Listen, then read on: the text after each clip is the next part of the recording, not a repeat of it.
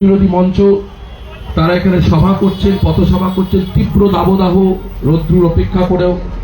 যেই সব আমাদের সহকর্মীরা আজকে রবীন্দ্রনাথ নজরুল বলে বাঙালি অস্মিতকে তারা সামনে তুলে ধরেছেন, গর্বের মধ্যে দরদর করে ঘামছেন, তবু তারা কর্তব্যে অবিচলের নাম বাঙালি। আমি শুধু একটি কথা দিয়ে শুরু করতে চাই। ঠিক 15ই আগস্ট আপনারা দেখলেন, ঠিক আগের বার নরেন্দ্র মোদী লালকেল্লার মঞ্চ অপবিত্র করলেন। তিনি সরাসরি ওরকম একটা পবিত্র দিনে, স্বাধীনতার দিনে তিনি রাজনৈতিক বক্তব্য দিলেন, তিনি ভোটের প্রচার করলেন।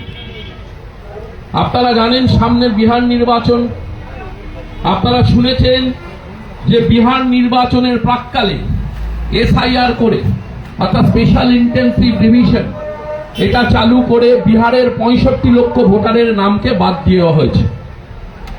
আমি ধন্যবাদ জানাই সুপ্রিম কোর্টের মহামান্য বিচারপতি জয়মাল্য বাগচির ডিভিশন বেঞ্চকে, যারা স্পষ্ট করে বলে দিয়েছে কোন কোন 65 লক্ষ ভোটারের নাম আপনারা বাদ দিলেন নির্বাচন কমিশন, তাদের নামটাকে সামনে আনতে হবে। বিচারপতিকে ধন্যবাদ জানাই, তিনি বলেছেন যে কেন বাদ দেওয়া হলো সেটাও সামনে আনতে হবে। এবং সাথে সাথে বলা হয়েছে যে এই নির্বাচন প্রাক্কালে যেটা বলা হচ্ছে যে আধার কার্ডের কোনো আর মূল্য নেই, বিচারপতি বলেছেন আধার কার্ডটাও বিচার্য রাখতে হবে ভোটার লিস্টে নাম তোলার ক্ষেত্রে। একটা বিরাট বড় জয় বিরোধীদের। এসআইআর ইস্যুতে লোকসভা রাজ্যসভার অন্দরে যেই 300 জন সাংসদ আজকে দিবারাত্র যারা পরিশ্রম করছেন, যারা আন্দোলন করছেন, তাদের আন্দোলনের একটা বিরাট জয়। এরা বেছে বেছে আপনারা জানা উচিত যে নির্বাচন কমিশনার যিনি এখন, তিনি একটা সময় আত্মসহায়ক ছিলেন অমিত শাহের। তো একটা আত্মসহায়কের কাজ কি? একটা আত্মসহায়ক হচ্ছে তার সবকিছু ডিটেলস তার কাছে থাকে। তো সেরকম একটা মানুষকে বসানো হয়েছে নির্বাচন কমিশনের মাথায়। তার থেকে কি সিদ্ধান্ত হতে ধরা, এটা বলাই বিবেচ্য। আমি যে কথা বলছিলাম, এবার প্রধানমন্ত্রী তার ভাষণে বারে বারে এবার সবচেয়ে বড় ইস্যু নাকি যে আমাদের রাজ্যে বা দেশের মধ্যে সবচেয়ে বেশি অনুপ্রবেশ, এটা সবচেয়ে বড় ইস্যু। আপনার মঞ্চে প্রধানমন্ত্রী নরেন্দ্র মোদী, দামোদর মোদী, আপনার সামনে বসে আছেন অমিত শাহ, তার হাতে বিএসএফ, এসএসবি সবকিছু তার হাতে। আর আপনি মঞ্চে দাঁড়িয়ে বলছেন যে সবচেয়ে বড় ইস্যু নাকি অনুপ্রবেশ। তাহলে যদি আমি এটা বলি আজকে এই পবিত্র মাটি থেকে, তার মানে আপনি কোথাও না কোথাও এই অমিত শাহের ওপর আঙ্গুল তুলছেন যে সবচেয়ে বেশি পররাষ্ট্র নীতি যার সবচেয়ে খারাপ, স্বরাষ্ট্রমন্ত্রী সেই অমিত শাহের দিকে আপনি আঙ্গুল তুলছেন। আমি তো ভুল বলবো না। আপনাদের জানা উচিত 2300 কিলোমিটারের মতন খালি পশ্চিমবঙ্গ বাংলাদেশের সাথে বর্ডার শেয়ার করে।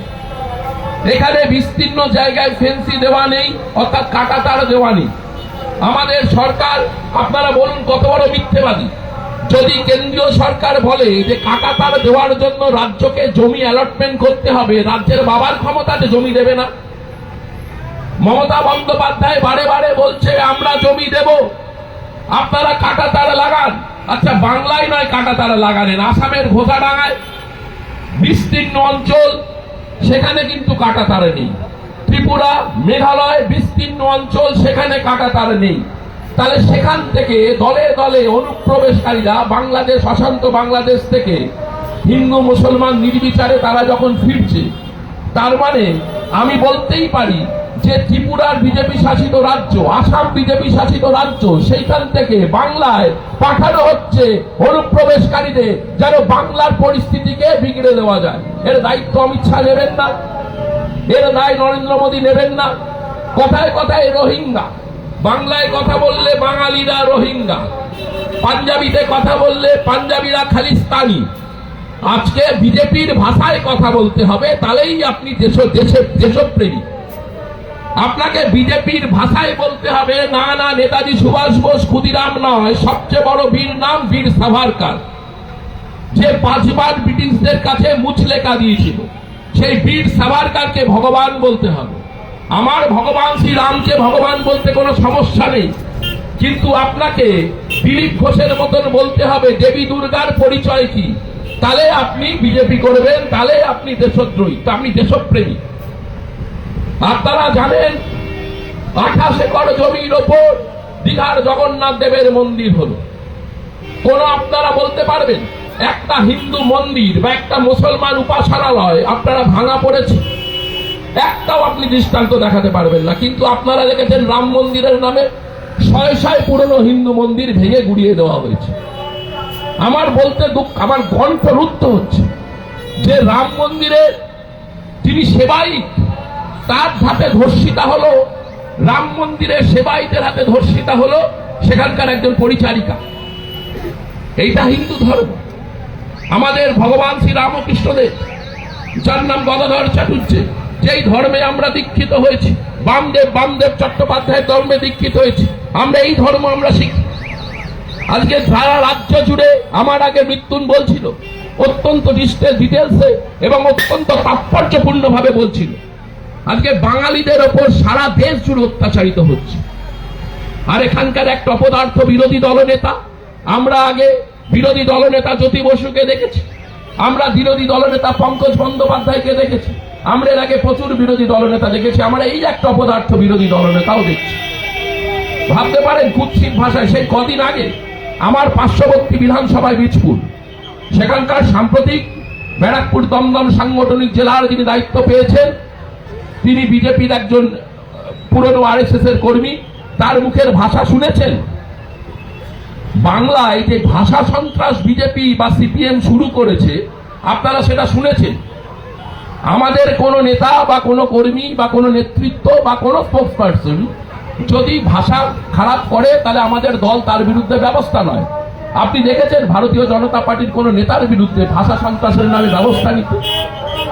আপনারা ভাবতে পারেন দিল্লি পুলিশ নোটিফিকেশন জারি করছে যে বাংলায় যারা কথা বলে তারা বাংলাদেশী, আর তাকে ডিফেন্ড করছে কে? ভারতীয় জনতা পার্টির আইটি সেলের প্রধান অমিত মালব্য। তিনি বলছেন বাংলা কোনো ভাষা না। আরে মূর্খের দল, জেনে রাখ, লন্ডনের নাম তো শুনেছিস, সেই লন্ডনের সেকেন্ড ভাষা হচ্ছে, সেকেন্ড ল্যাঙ্গুয়েজ হচ্ছে বাংলা। এটা জেনে রাখ। সারা পৃথিবীতে বাঙালিদের অবদান ভোলার নয়। এমন একটা জাতি সারা স্বাধীনতা থেকে শুরু করে নেতাজি সুভাষ বোস থেকে শুরু করে কানাই দত্ত থেকে শুরু করে স্বাধীনতা সংগ্রামী এবং সিনেমা, আপনি ফিল্ম জগতে রূপালী পর্দায় আপনি বিকাশ রায়, সৌমিত্র চট্টোপাধ্যায়, উত্তম কুমার, যারা পৃথিবীতে রাজ কাপুর পর্যন্ত যাদের শ্রদ্ধা করছে, আজকে তারা সবাই বাংলা ভাষায় বাংলা কথা বলে। আজকে আমাদের বাঙালিদের সব যা অপমান করা হচ্ছে। কদিন আগে দেখলাম বাঙালি সানু কি টাইটেল, দুটো কান কেটে নেওয়া হয়েছে, অপরাধ, সে বাংলায় কথা বলছে। দিল্লি পুলিশ, হরিয়ানা পুলিশ একের পর এক বাঙালিদের তুলে নিয়ে গিয়ে তাদের থেকে 25,000 30,000 টাকা করে অর্থ নিচ্ছে, আর তাদের জোর করে বাংলাদেশে পুশব্যাক করে দেওয়া হচ্ছে, তাদের ডিটেনশন ক্যাম্পে রেখে দেওয়া হচ্ছে। কেন? তারা বাংলায় কথা বলে বলে। তাদের অপরাধ কি? তারা বাঙালি বলে। আমি মানুষের কাছে করজোড়ে আবেদন করতে চাই, ভারতীয় জনতা পার্টির অশ্বমেধের ঘোড়া যদি কেউ রুখতে পারে তাহলে তা মমতা বন্দ্যোপাধ্যায়। আপনারা বুঝিয়ে দিয়েছে বারে বারে। আজকে সেই মমতা ব্যানার্জিকে পদানত করতে চাইছে ভারতীয় জনতা পার্টির নেতারা। আমি মানুষের কাছে আপনারা দেখুন, কদিন আগে ছত্তিশগড়ে নির্বাচন হয়েছে, বিজেপি ক্ষমতায় এসছে।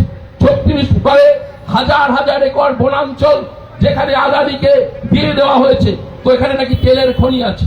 সেখানে দিনের পর দিন আমি দায়িত্ব নিয়ে বলি কোনো মিডিয়া দেখাবে না, কারণ কোন মিডিয়া জানে বিরোধিতা করতে গেলে প্রণয় রায় হতে হয়, সুমন চট্টোপাধ্যায় হতে হয়। আজকে মিডিয়া বিরোধিতা করতে ভয় পায়, জানে মিডিয়া করলে কৌস্তব রায়ের বাড়ির মতন পরদিন ইডি সিবিআই যাবে। তাই আপনারা জানতে পাচ্ছেন না সেই মূলভাষী আদিবাসীদের মানুষদের উপর ছত্তিশগড়ে কি ভয়ঙ্কর নির্যাতন ভারতীয় জনতা পার্টি চালাচ্ছে। আপনারা জানতে পারছেন না, বলা ভালো, আপনাদের জানতে দেওয়া হচ্ছে না। বনাঞ্চল কেটে সাফ করে দেওয়া হচ্ছে। ছত্তিশগড়ের আদিবাসীরা বলছেন আমরা ভুল করেছি ভারতীয় জনতা পার্টিকে এনে। কদিন আগে দিল্লিতে ভারতীয় জনতা পার্টিকে ক্ষমতায় এসছে, সেখানে অরবিন্দ কেজরিওয়াল ছিল। আজকে দিল্লিতে কি? দিল্লিতে ঘন্টার পর ঘন্টা বিদ্যুৎ থাকে না। আজকে দিল্লিতে অরবিন্দ কেজরিওয়াল যেটা করেছিল মহিলাদের জন্য, যে মহিলাদের সরকারি বাসে ভাড়া লাগতো না, সেটা তুলে দেওয়া হয়েছে। দিল্লিতে কি হয়েছে আপনারা জানলে, দিল্লিতে চিত্তরঞ্জন পার্ক বাঙালি অধ্যুষিত এরিয়া, ছোটবেলা থেকে ওটা ছোট বাংলা বলা হতো। সেই চিত্তরঞ্জন পার্কে বাঙালিদের বলা হলো তোমরা মাছ মাংস খাবে না, যারা মাছ মাংস খায় তারা দিল্লিতে থাকতে পারবে না। ভাবতে পারেন আজকে দিল্লির মানুষরা বলছে আমরা পশ্চাতাপ করছি, আমরা অনুশোচনা করছি কেন ভারতীয় জনতা পার্টির মতন একটা চরম সাম্প্রদায়িক বিভাজনকারী রাজনৈতিক দলকে আমরা ক্ষমতায় নিয়ে এলাম। আসামে বাংলা দ্বিতীয় ল্যাঙ্গুয়েজ, সেকেন্ড ল্যাঙ্গুয়েজ আপনারা সবাই জানেন। আজকে আসামিতে ধরে ধরে বাঙালি বলে তাদের বিতরণ করা হচ্ছে। আপনারা জানেন 80-র দশকে, আমি সালটা সঠিক বলতে পারছি না, সম্ভবত 84-এ এই আসামে বাঙালিদের সাথে অহমিয়াদের একটা ভয়ঙ্কর লড়াই হয়েছিল, ব্রহ্মপুত্রের জল রক্তে লাল হয়েছিল। বিজেপি চায় সেই লড়াই করে আসাম থেকে বাঙালিদের উৎখাত করতে, বিজেপি চায় দিল্লি থেকে বাঙালি উৎখাত করতে।